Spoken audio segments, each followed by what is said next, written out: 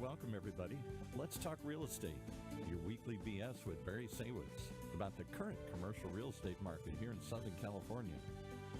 As we take a no BS look at both sides of the issues driving this market today to find the best solutions going forward. With our man right in the middle, Barry Saywitz. Hey, Barry. Hey, good morning, Paul. We're back again. Welcome to all of our viewers and our listeners out there for another week of Let's Talk Real Estate. We've got all kinds of exciting stuff going on in the world, some good, some not so great. But we're going to talk a little real estate, and we're going to mix it in with a little nonprofit to mix up today's show. Before we get going, I do want to do a shout out to all of the therapists and people out there that help one another, whether it's physical, family, marriage. Every now and again, everybody needs a little boost and a little helping hand. So to all the people out there that perform those services, thank you for all you do. I want to welcome our guests to today's show, Mark Whitley and Nancy Weintraub from Easter Seals of Southern California. Mark is the president and CEO of Easter Seals Southern California. Nancy is the chief advancement officer, and we're going to find out what that actually means. Guys, welcome to the show. Thanks for coming on. So excited to be here and just appreciate your involvement through the years with Easter Seals and just excited to be part of the show today. Yeah, so I thought what we'd do is I know that Easter Seals is involved in real estate as well as providing services and therapies and nonprofit and all that. So I want to touch on a bunch of different things. But what I want to start with is maybe, Nancy, we'll start with you just in terms of your background and how you got involved with Easter Seals and then you can give us the description of Chief Advancement Officer. To me, it means you're going to give everybody a raise, but I bet it's something other than that. Well, in a nutshell, I'm advancing the mission and vision of the organization. So there you go. And I do it in various ways. We are actively involved in community relations. We're actively involved in philanthropy.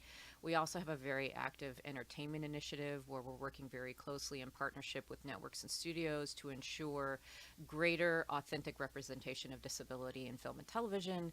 And we also have a fairly robust corporate partnerships program. So that is what a Chief Advancement Officer does here at Easter Seals Southern California. My background, I actually have 30 years of experience in nonprofit management in healthcare and higher education. In fact, prior to coming to Easter Seals, of which I will be having my 10-year anniversary coming up, I'm very excited. I actually worked for about 9.5 years here on the UCI campus as in advancement and corporate partnerships. Got it. And a little fun fact for everyone out there, Nancy and I both went to UCLA at the same time, which was only like 6 or 7 years ago. Exactly. Time flies. It does. And Mark, so you are president, CEO, man at the top of the food chain. In terms of Easter Seals, I guess, give us a little bit of a background of Easter Seals as an organization. I know it, but for those folks out there, Easter Seals is a national, if not worldwide, organization, and then Easter Seals Southern California is really a company within a company, is it not? Yeah, that's a good way to think about it. Yeah, Easter Seals is this enormous national organization, but our business is in the local community. So it's really hands-on services, boots on the ground, if you will, in terms of providing services to meet the needs of local children and adults with disabilities. Gotcha. And so, and it's really all kinds of disabilities across the spectrum, if you will. Yeah, all types of disabilities, from young children to older Americans, and everything in between. So individuals with developmental disabilities, physical disabilities, really looking at challenges that individuals are having and then helping them live as independent as possible. Gotcha. And so it is a nonprofit 501c3, and the majority of your funding comes from where? Well, it's really a combination, both the philanthropy side, but also government funding as well as health insurance funding. You know, we're the largest disability organization in Southern California. We provide more services, more therapy for kids with autism than any organization in California. Oh, interesting. And so just in terms of the scope, I know you guys have an extensive network of therapists and children and young adults that you provide services to. A ballpark of how many people are getting services at the moment? We're right now we're serving close to 14,000 individuals. Huh. While we're doing this radio show, Easter Seals is in local communities throughout Southern California providing that hands-on services. And those services are in the form of speech therapy, occupational therapy, whatever it takes, right? Yeah, we have 5 mission-critical service areas. Autism therapy, which is our largest. We also provide child development services, Head Start, Early Head Start. We have adult day services, including seniors. We provide employment, including services for veterans, as well as our Living Options program, which is helping individuals live in the community in residential homes. And those services get provided either in-home or at your facilities. True? True. And so people are driving all over. I mean, with COVID, it makes it a little more challenging, I suppose, but people are going wherever they need to go to be able to provide these services. Yeah, so the services are in the community, and that's where real estate comes into this. And so, some of your listeners may be wondering, what in the world is Easter Seals doing on Barry Saywitz's show about real estate? But it really is about real estate. I mean, owning real estate has been a key strategy for Easter Seals in terms of our growth in services and the sustainability of those services. And because your funding comes from whether it's grants or public sources and private entities and corporations, the fact of the matter is, in order to be able to continue to grow, you would grow by expanding your facilities. But the options from a real estate perspective is either you go out and you become a tenant and you rent a facility, whether it's a home on the residential side to provide services, or you rent an office building to provide services and have office space. And then you're not in control of your own destiny because you're a tenant. And so the interesting spin from a real estate perspective is that you have taken the path of really trying to control your own destiny and being the landlord and controlling the real estate. Nancy, has that not been the part of the overall business plan of the organization? That's absolutely true. When you look at rising lease rates and things like that, but it's also from a tenant perspective, there's so many tenant improvements that we need to do to make sure that these office spaces that are basically for office use can be transformed into therapeutic uses. And sometimes, tenant improvements are just hard to do. So when we do own the real estate, we can make those tenant improvements ourselves, and we can make it the way we want to make it.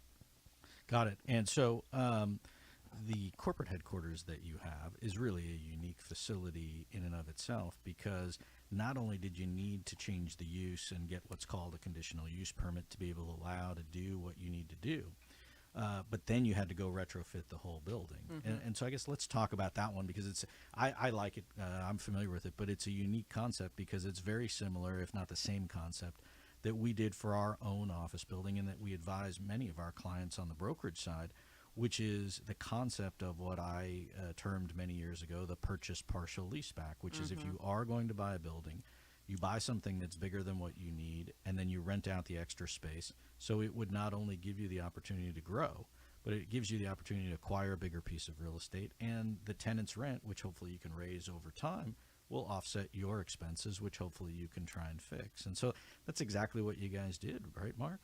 Well, it is, and that's an amazing building. Some of your listeners may have seen this. It's our flagship autism therapy center and our administrative office. It's right on the 55 freeway between MacArthur and Dyer, and it really is an amazing place that has worked out so well for our families, for our staff, and then also from an economic standpoint, the tenant pays the cost of us being in the building. So we're in effect, we're in the building free of charge. Yeah, which is phenomenal and gives you the ability in the future, I suppose, if you wanted or needed the additional space, you could grow into it and expand. Yeah, and that's really important when you think about expansion and growing and meeting the needs in the community. So controlling that real estate is so important, both, as you've mentioned, from managing costs, but also for just, controlling and managing the service and the quality of service being more in our control when we own the property. Yeah, and I think that applies whether it's an office building, industrial building. We've done it for churches and synagogues as well, who, if you can't bite off that big of an apple, this gives you the ability and a way to be able to do that.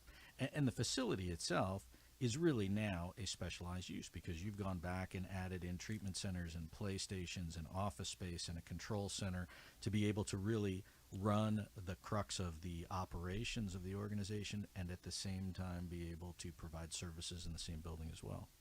And so for those of you out there, if you drive up and down the 55 freeway at, I'm going to call it Dyer, just around there, you look for the sign on the freeway, and that's them, right?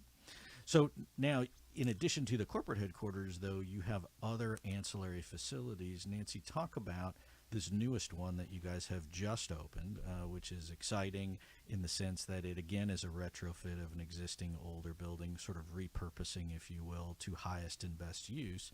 And it's the Pyatt Center in Santa Ana on 17th Street. That's correct. So this was a really kind of special experience for all of us. The Santa Ana building itself started out, it was actually the first building purchase we made as an organization about 12 years ago, and it was our corporate headquarters building. We quickly outgrew it. So to be able to create the new building that we're in that you were describing earlier, we moved out of our Santa Ana facility, and we just had such an attachment to that building that the board overwhelmingly approved the transformation of that pure office space into a new adult day center. And so with the generosity of Molly Pyatt and her husband David, who was board chair at the time, they made a tremendous generous gift to be able to not only retrofit and transform this facility, but they paid off the mortgage as well. So that, again, means 100% of all of the revenue we bring in goes directly to our participants. So at an adult day center, we have multiple opportunities for individuals to learn life skills. We have rolling gardens where our participants garden, and then they go into our beautiful kitchen and cafe where they learn how to cook and they learn about healthy nutrition.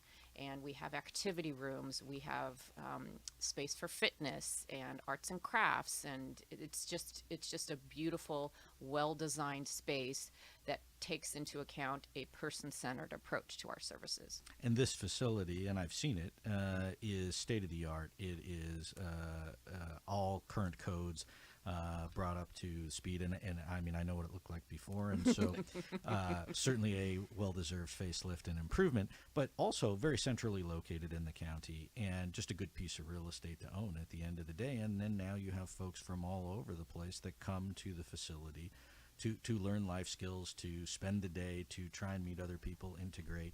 And then you have a partnership also with the Regional Center of Orange County as well, which is very close by there also. Right down the street.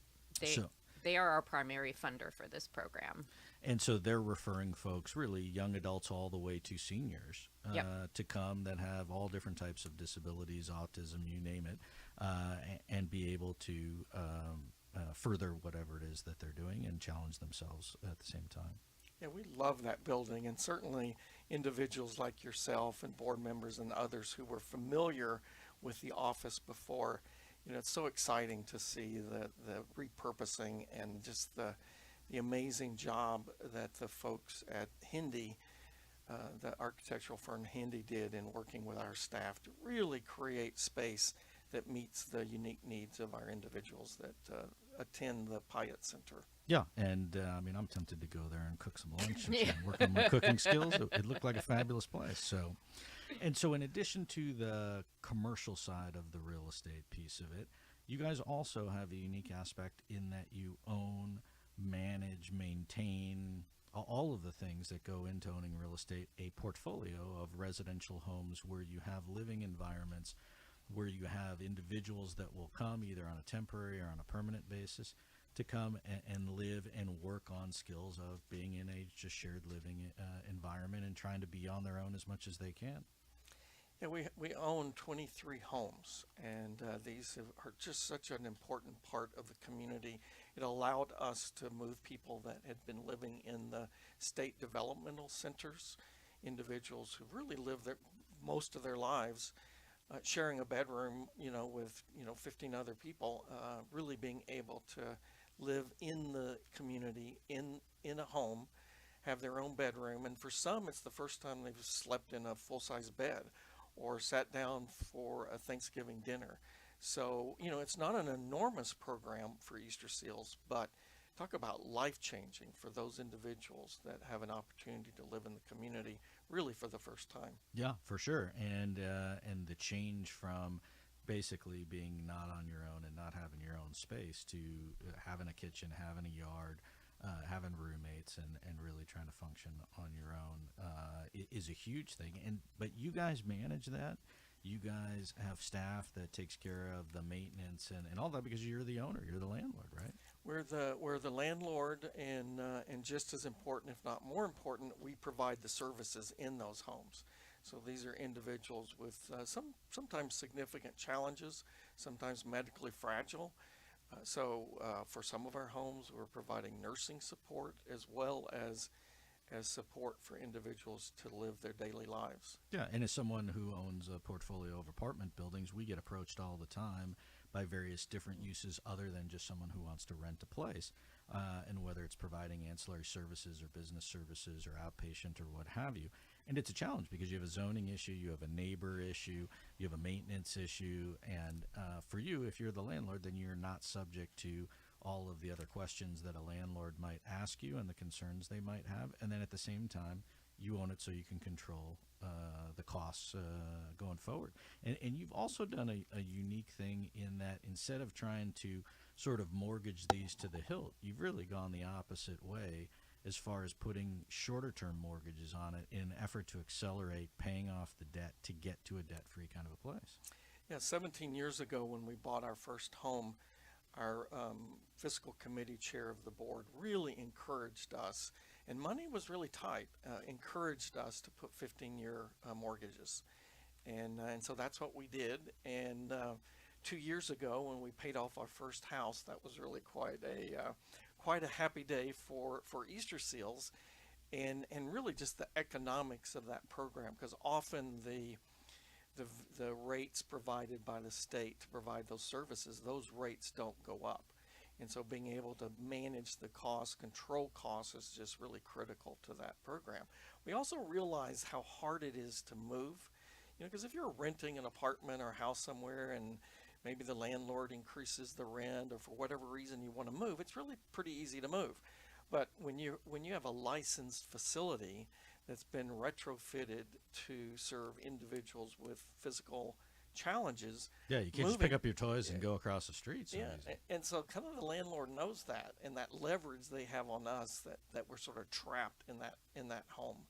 And so really, kudos to our board for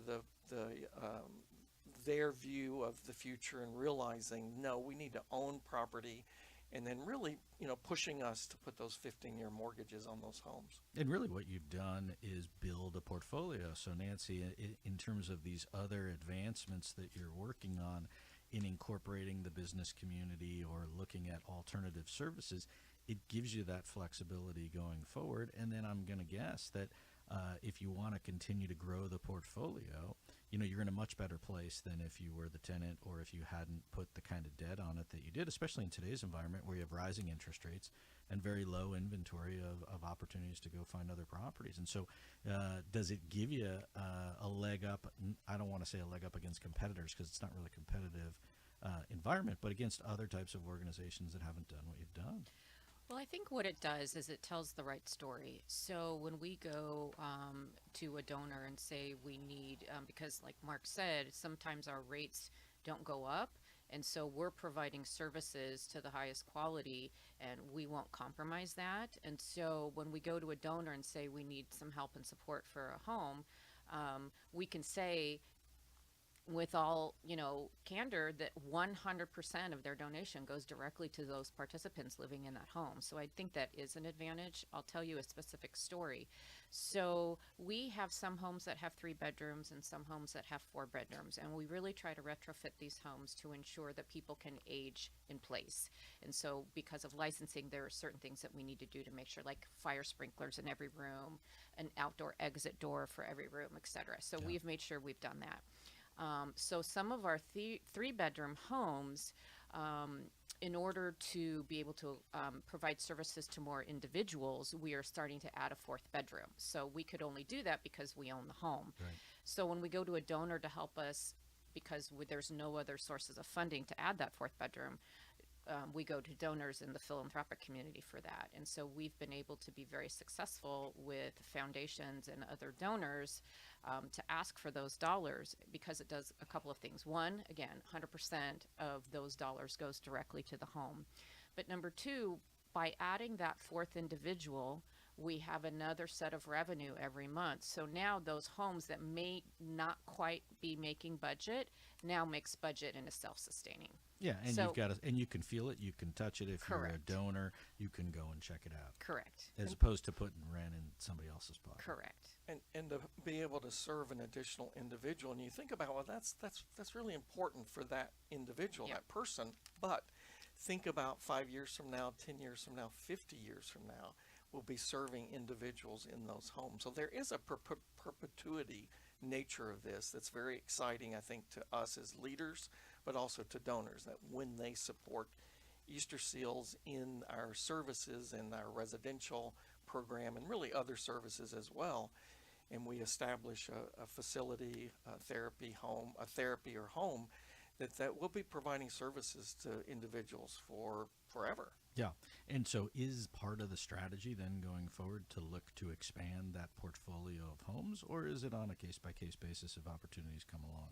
Well, we look to expand all of our services. I mean, that's really what it's about, right? It's the quality of what we're doing. It's the impact to individuals in being able to serve more and more people. And, over the last 10 years, Easter Seals has expanded significantly in terms of the services we provide, the numbers of individuals and families, and it all translates into impact and changing people's lives. Yeah, and I would say the growth, at least since I've been affiliated with the organization, has been exponential, if nothing less. I mean, it really has grown tremendously. Let's talk a little bit about the relationship with Kaiser and the services that you provide to kids with autism, because that's a big part of the growth that you've experienced, and certainly an important one, and one that's close to my heart as well. So Nancy, maybe you can Yeah. expand on that. So the state of California in 2012 passed a Senate bill that mandates autism therapy.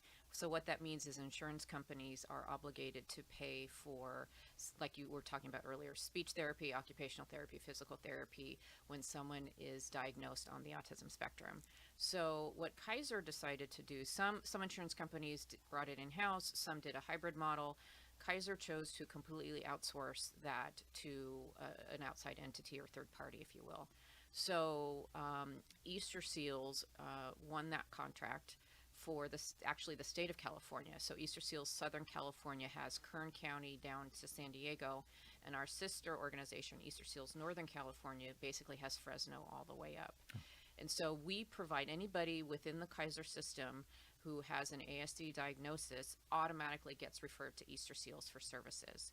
So I'll put that into context. When I first started in 2012, so this was right at the beginning of our Kaiser contract, we had, I think, started out 60 participants in this particular program. Today we have 11,000 families just Crazy. from Kaiser. Yeah, that's So crazy. that's the tremendous growth that you were talking about. And the need is there for sure. For sure. We thought probably after year 3 that some of the referrals would maybe top off a little bit.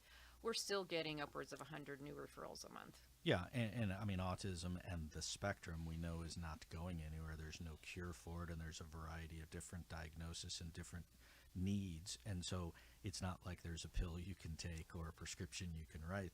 It's really a customized set of therapies and approach to try and deal with whatever the challenges are.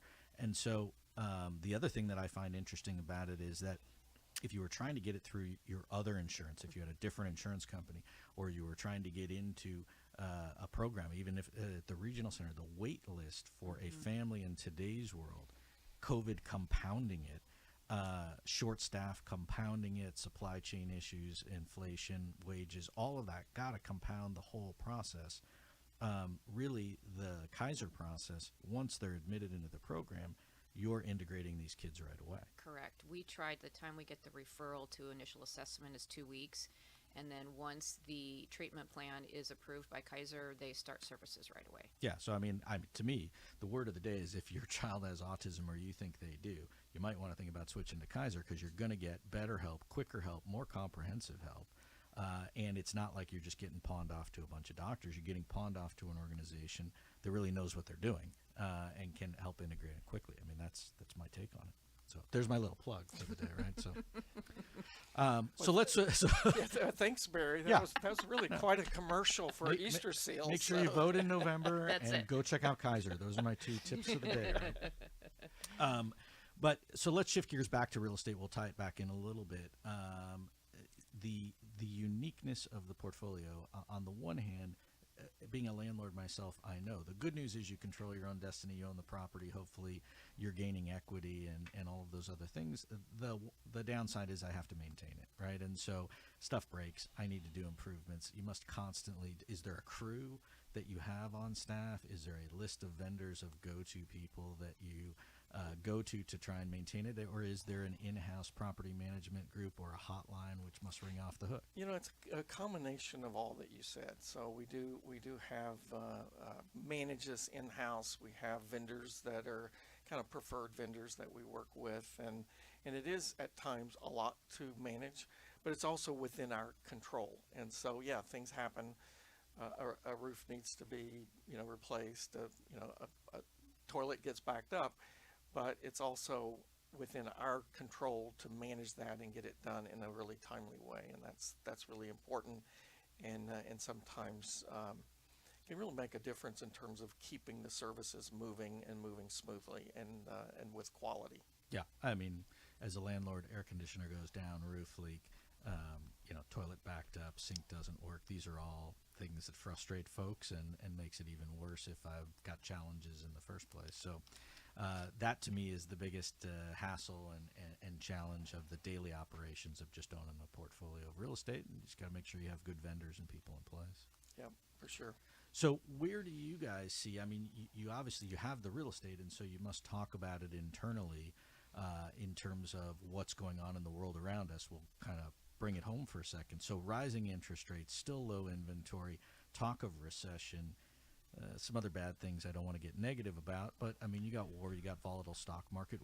How does that affect your business growth in the community? It may not so much from the government standpoint, and how do you see that as maybe some potentials for opportunity for you going forward? Yeah, it really is a challenging time, and we have a number of relatively new projects, properties that we had purchased really before COVID, and because of COVID, the renovation of a autism therapy center in Covina, as an example, an adult day service center in Glendora. Those are 2 properties that come to mind that were actually purchased before COVID, put on hold, and now renovations are underway. We were able to find a property down in Encinitas. Encinitas In San Diego. to open up a new child development center where we would be combining existing locations there that were expensive and not really working well for the program. So we're continuing to do new real estate projects, although definitely has slowed. Inventory being a real challenge, and just really finding that right fit for a property that can be used by Easter Seals. And is the plan, though, these projects that got stuck on hold with COVID, to now regroup on them as you move forward? So we have regrouped, and construction's underway. Covina is almost finished. The building in Glendora, which it's kind of a unique project for us. For those that are familiar with that area, there's a restaurant there called the Golden Spur. And anyone that's familiar with that area, they kind of light up because they have their own stories about eating and different experiences at the Golden Spur. Well, Easter Seals bought that building about 3 years ago, and we call it the Route 66 building. And we're opening a state-of-the-art adult day service center similar to the Pyatt Center in Santa Ana. And, that's been interesting, and the challenges once we had done demolition, what you discover in a 100-year-old building is what's been hidden in the walls. You don't want to know. So we are continuing to move forward on some pretty exciting projects. And do you find when you go to the cities that they are receptive to the concept of what you want to do, or is it really on a case-by-case basis? Some cities great to work with, some not so much. Yeah, some not so much, but by and large, we found great support from most of the cities that we work with. I mean, the building in Glendora on Route 66, the city's request was, what were we going to do with that iconic neon golden spur sign? And if we were not going to, repurpose and use it, they wanted it, donated to the city. And so we did find a way to incorporate that into the front plaza area of that center. So you do end up with some interesting discussions and sometimes the city has their own vision of what they want it to look like, right? Yeah. Right. But it's also interesting because we've had other guests on the show too, and we've had politicians, especially because it's an election year, talk about highest and best use of property, talk about homelessness as an issue throughout the state, and talk about individual cities or counties as a whole looking at creating housing opportunities for homeless people, for people with disabilities, for underprivileged people. And so, I mean, to me, the concept of this makes perfect sense. I mean, if you could do it in more cities and provide more of it, there's certainly a need everywhere for all the different services that you guys provide. Yeah, it's really a win-win that we're aimed at, for the city, the community, our neighbors, for Easter Seals as an organization, and most importantly for individuals with disabilities and their families. And having a location where people can get to it, where it's accessible, especially here in Southern California where the traffic stinks. You want to try and find something close to your home that you can get to with either a bus or a short car ride one way or the other. Yeah, Easter Seals Southern California, we have 73 different properties, 73 throughout Southern California, as far south as El Centro, all the way up to Ventura and Oxnard.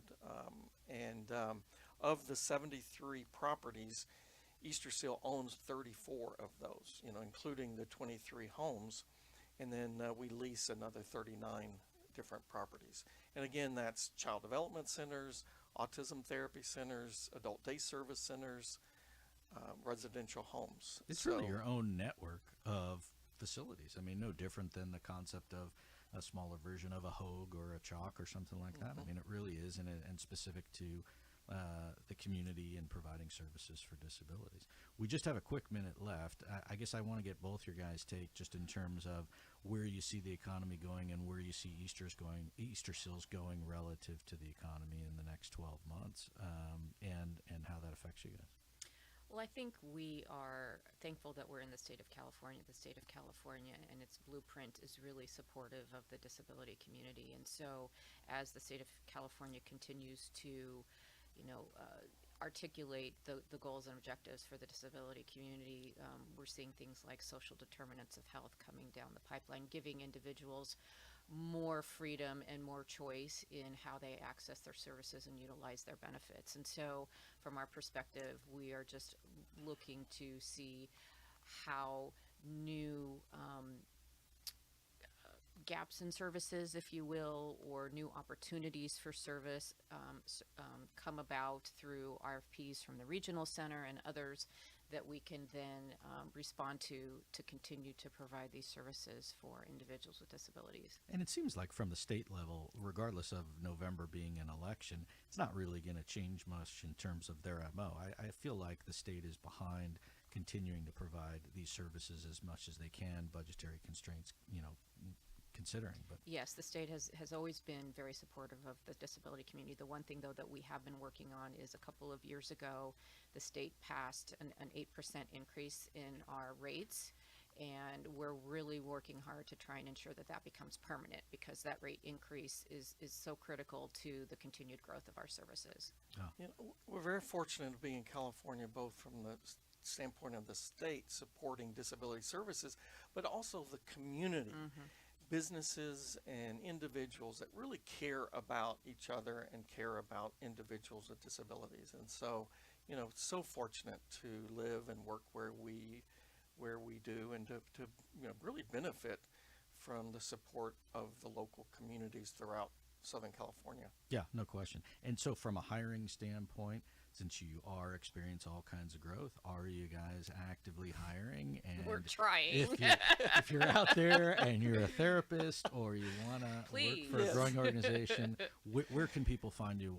What's the website or what's the best number Yeah, for it's people? easterseals.com/Southern Cal, and there's a careers button, and please go check it out. We have many open positions right now. Yeah, so you don't have to be a therapist. You could be anything.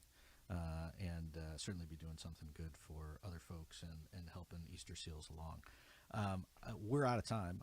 We could probably talk all day about different stuff, but I really do appreciate you guys coming on the show, sharing information about the organization and the services you provide, and wish you both personally and the organization as a whole continued success, and just super happy about the growth that you've had in the past and looking forward to what the future brings. So thanks for coming on. Yeah, thank you, Barry. Thank you for your continued support. Yeah. So I'm Barry Saywitz, president of the Saywitz Company and managing partner of Barry Saywitz Properties. And if it's Tuesday, it's probably time for Let's Talk Real Estate. So we will see you here next week. We have more exciting things to talk about. Big thank you to Paul and the whole crew here at OC Talk Radio, Sophia, our producer, all of our listeners and viewers tuning in. We'll see you next week on more Let's Talk Real Estate.